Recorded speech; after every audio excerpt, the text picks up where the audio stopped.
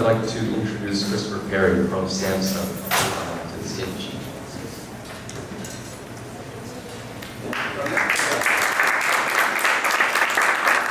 Hello. All right, let's get going. So, first of all, welcome. Good morning. We're going to do kind of two presentations at once. The first presentation we do is, this is a Samsung-sponsored event. We're at Samsung. I'm in Samsung. I should talk about Samsung. So that's what we're going to do. The first presentation, we're talking about Samsung. Then after that, we're going to talk about the future of VR, the near future of VR, and how that affects arcades. So let's get right into it. So click. How do I click? Use a gun? Point? No clickers? It's here. It'd be cooler if I could do like some AR thing. Let's write that. Alright, awesome. So welcome to Samsung. MPS. So it's we're going to mobile platform services. We actually do a lot of things here, not just VR. We also do a lot of work with AI. I'm sure you've heard about Bixby. We're involved in some of that work. We have our own web browser. Hopefully you all know about that. We have a regular web browser on the phone as well as a VR web browser in the store. We also work on payments, Samsung Pay. So if you guys haven't used it, it's awesome. Please use it. If you don't have a Samsung phone, go buy one. Right now, get up, go to the store, go buy a phone. Samsung Pay is awesome because it works on like everything, almost everything. Everything that has good security. And we do security too, which is awesome. And we also do collaboration. Now, why collaboration would be important to you guys is we actually talk to a lot of different content houses. So if you have an idea, you're building something, and you need to either scale it up, you want to work with another house to create content, or you need to promote it. So maybe you want to work with Samsung to help promote what you're doing, you kind of get it out the door. We have an arm that takes care of that, which is kind of groovy. Click. I'm gonna pretend this works. So for MPS, we're gonna dive in a little bit more on the VR part. So obviously, the Gear VR and the Odyssey, we have a whole bunch of devices out there. There's a bunch of stuff we're working on that you haven't seen. They're cool, they're awesome, and I can't show them. But just trust me, they're great. So if you have a chance, you want to join Samsung, then you can play with these devices. Maybe. We'll see. And of course, we have a lot of VR applications that we're working on in our particular focus. My particular job at Samsung is I do business outreach, that's part of it. The other part, the engineering part, is I actually do a lot of work on tracking. So inside-out computer vision, I do a lot of work with hand tracking devices, things like that. But probably the most interesting thing I think that our lab is working on is actually something called VR Lab.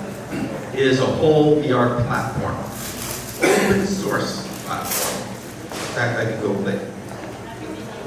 This is the VR platform. I'm not going to talk about this right now.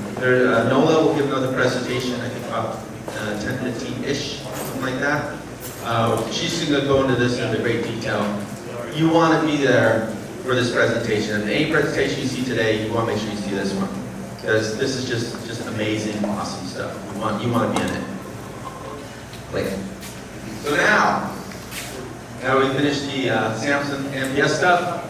Let's talk about the future of VR, AR, and I really should put an M for it. Or maybe if I get an XR, I'll work on that. So just to let you all know, as I'm going through these slides, I put this deck together September 2016. And then anything that's blue was a minor update I did October last year. I haven't touched these slides since. So let's see how I've been doing so far. My predictions were for the end of 2018. Oh, and then me, who I am. Okay, so I came out of UC Berkeley. I went there in the 90s, a long time ago. My degree is actually in building architecture, not computer architecture. And the reason that's interesting is when I started as an architect, I actually came from the design world. I used to paint, I used to draw.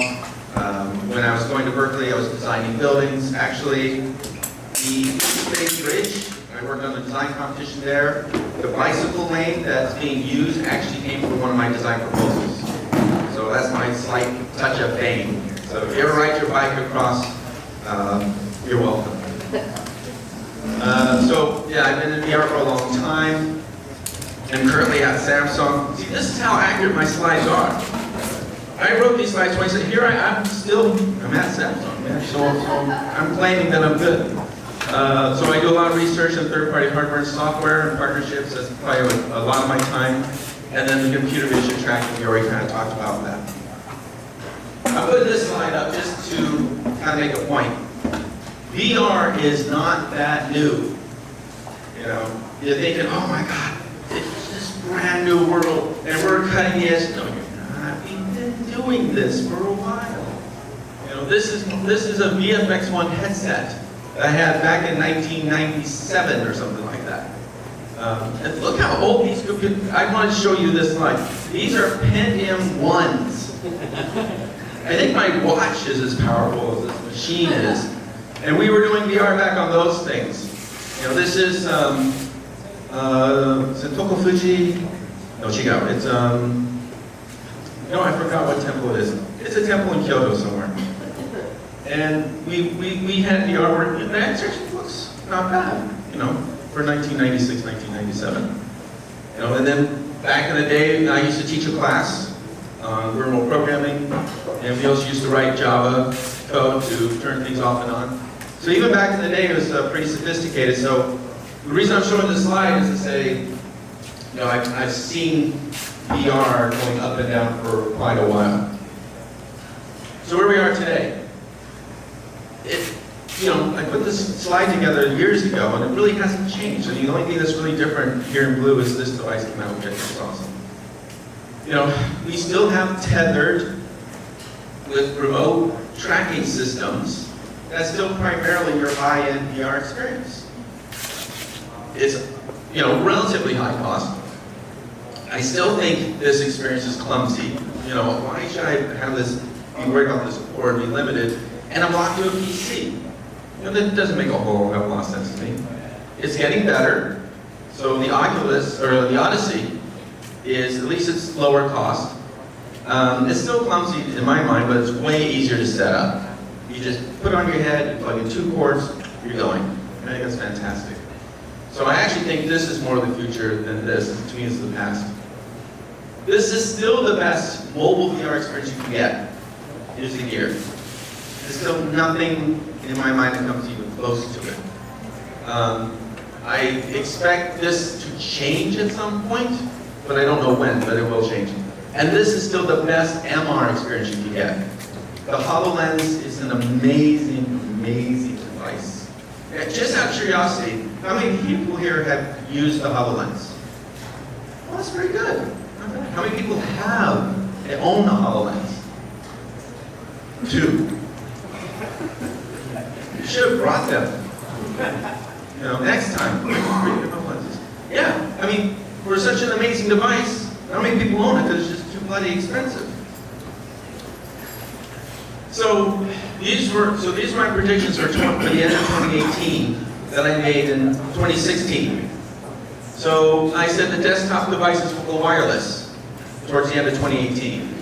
Or the desktop will go mobile. I thought back then we would have laptops small enough that I could just have not like these big backpacks, but just something smaller like that's on my belt. It's not looking promising that that's going to happen. So I think I may lose that one.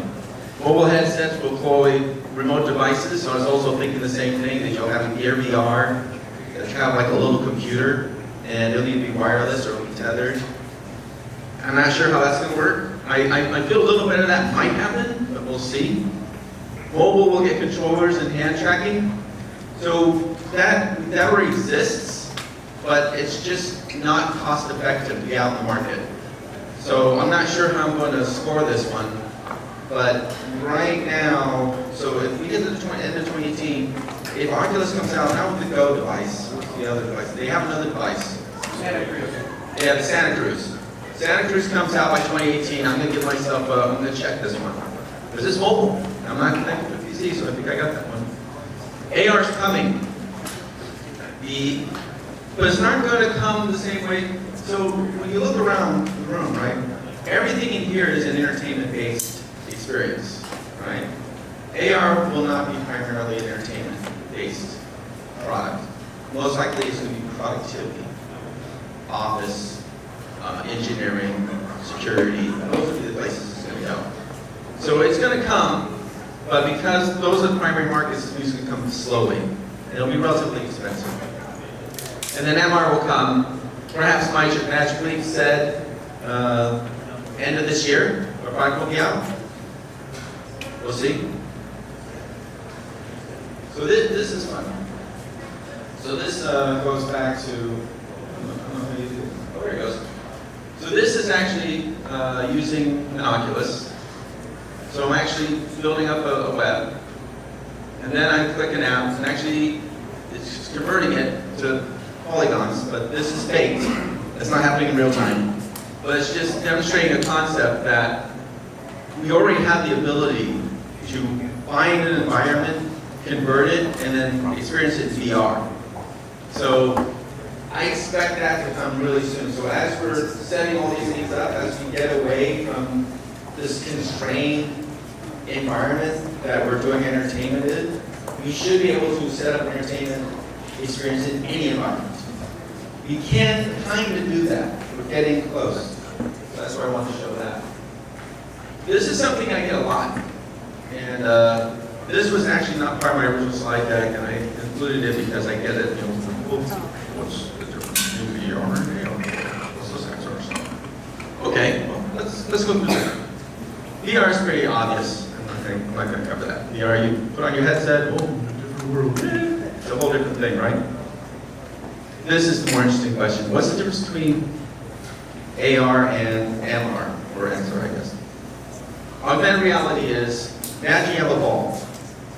I take the ball, put it up in the air like this, and it keeps going. That's AR. MR, I take the ball, I throw it up in the air, it bounces. It bounces, hits the chair, rolls over there, hits that wall over there. That's the difference. That's simple. An AR environment is more like a HUD, and there's a lot you can do with just understanding, you know, your orientation. Maybe if I put a tracking pattern on the wall, then that tells me something about an object there. That's about as far as AR goes. MR, I have to know everything about the environment. Way harder. But when we get to MR, that's when things are going to get really, really interesting. So, great. I wrote these slides in 2016, right? It's 2018. How come VR hasn't blown out? It's not more popular. Well, here we go. It still costs too much. You know, for the amount of time you spend in the device, $400 plus a PC, that's still too much money. We need better rendering. We need 4K. And it's still too expensive to make those screens. We need eye tracking, you know, especially so we can reduce the load. That's still, you know, the amount of time I spent trying to find a solution to this that's cost effective. 6-knob head and hand tracking, it's getting more cost effective. We're getting there, but still it makes it damn expensive. Content, not enough fresh content to keep people in the headset. I'm actually not convinced this is the problem anymore. I don't think it's a problem that there's enough content. I think it's this line. The current content isn't sticky enough. The content needs to be so good that you're willing to go back to it, you're willing to stay in it. That, I think, is where the problem is. This could be addressed if we make it more social. That's harder because you need to have synchronization, lots of other things, but I think that's going to be the path forward. And then, of course, there's not enough headsets to validate the market. That's a common complaint. Finally, compatibility. You know, inside-out tracking is not robust enough. So I said this, maybe late 2017, we have inside-out tracking that's cost-effective. We have. I assume most of you have tried the Odyssey. Inside-out tracking in the Aussie is actually really, really good. So I think we're good there. Hand tracking, so something called the bow and arrow problem. So on the Odyssey, you're pulling your controls in front of you, and as long as the cameras can see these lights, you're good. But if I want to do bow and arrow, where I'm pulling this back to my ear and I want to make fine-tuned adjustments, you can't do that. So we still need to solve hand tracking when it's outside the optical zone. That's not solved yet, but I think we should. And this whole thing still needing a PC to provide high-quality experience. There's got to be a way to shrink down the PC to something that you can just stay like this and give me a good experience. We haven't done it yet. I don't know why, we should. But once we can get this PC shrunk enough that I can just lightly put it here or put it here, okay, then we got really good mobile VR. Until then, the other big, well, this thing came out very well, did it? All right. The really big problem is fragmentation. HTC has their own solution. Oculus has their own solution. We have our own solution. Each one of you guys setting up these booths has your own kind of particular vertical silo. No one can really work with each other. So modeling is pretty unified, right? Everyone's using Unity pretty much. And again, authoring is mostly, so in Unity I select specifically what platform I'm going towards, but that's kind of getting there. But once you get to run times, hardware, I/O, tracking, display, everything's fragmented. That's a massive problem. We got to solve it. Cool. Ready Player One. How many people saw the movie? About half. Whereas you see, it's kind of fun. You know, keep your expectations low. You read the book, lower your expectations more. But it's kind of fun little run. How close are we to a Ready One experience? Here's the answer. Not close at all. You know, the press is like, oh my God, we're going to have a Ready One in a couple years. No, just ignore the press. But until we solve these three problems, cost, content, capacity, no, it's not going to happen. Why not? Market's too small. So, like I said, we need to have really powerful GPUs that can just sit on my belt.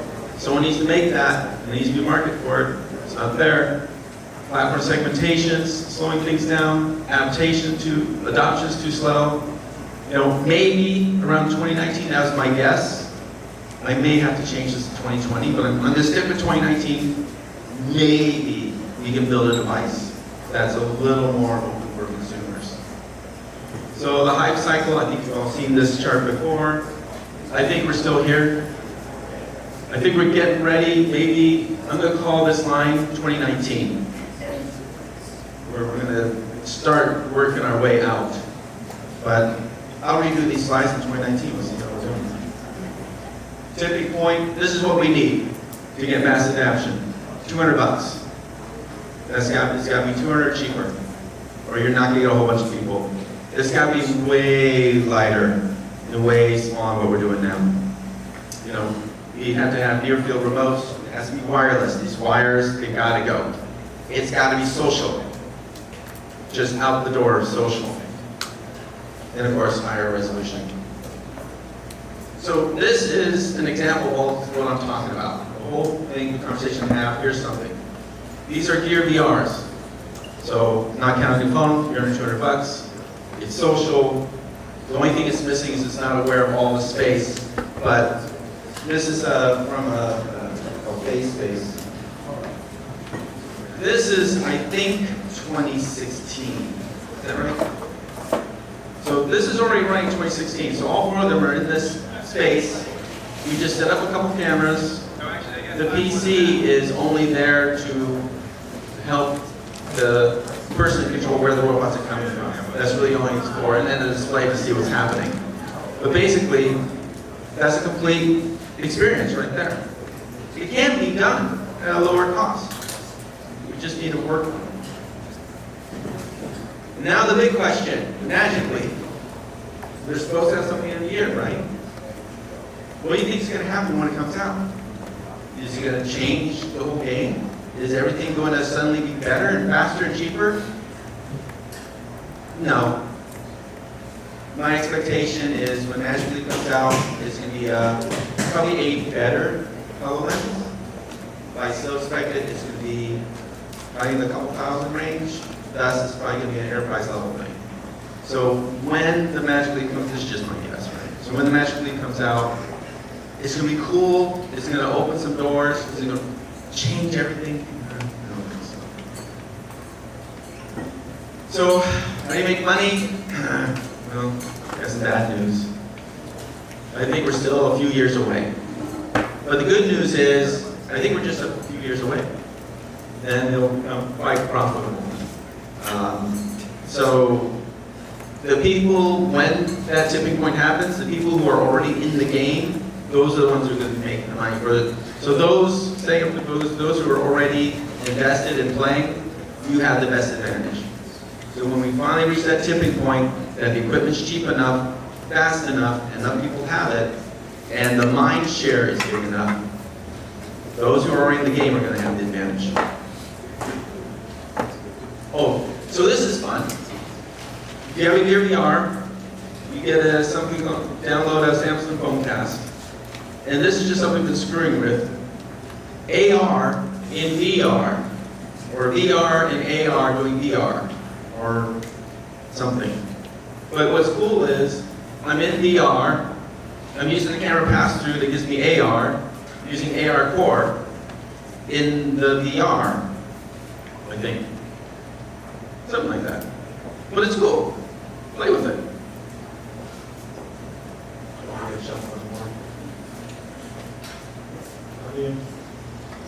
Here we go. This is the future. I'm excited. This is a real headset too. Yeah, it is. So, imagine all I have to do is just go a little bit further. And we're there. I would totally sign up. Right. That's it. That's our presentation. Any questions? I'm not saying I'm going to answer them. I'm just curious. Are there any questions? No? Okay, cheers. Oh, yeah, okay, sorry. Yes.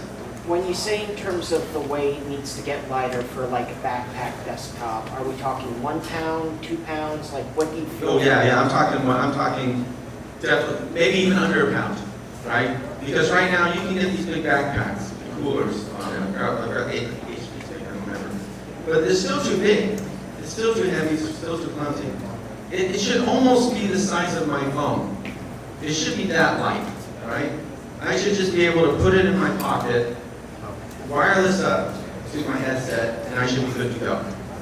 It's got to get to that level. So, and the fact that, these phones are actually pretty damn powerful. If you optimize it, if we get Vulkan working, get some other optimizations going, we actually can do a lot. So, is that it? Okay, I'm done.